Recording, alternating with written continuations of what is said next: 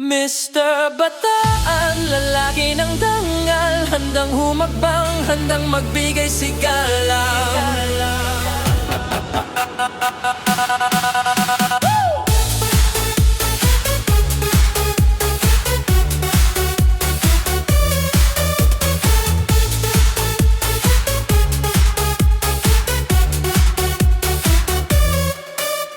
Hakbang sa entablado, tindig na matatag buong buo.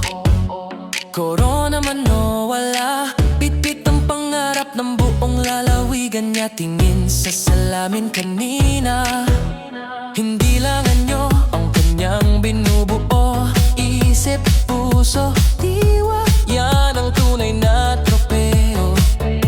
Lagbay ng tiwala sa sarili, bawat tanong kaya niyang sagutin. Di lang ganda ang bit-bit niya, may puso, may paninindigan din.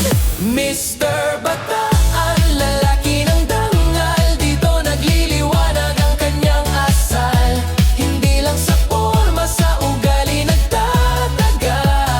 Mr. Bataan, ikaw ang huwarang halimbawa sa pagunlad. Ikaw ang tala sa ensayo, pawis ang puhunan, disiplina, respeto, kababaang loob ang baon. Matuto, makinig, magbago, araw-araw may panibagong hamon. Kapag siya'y kumakaway sa entablado, parang dala ang boses ng kabataan.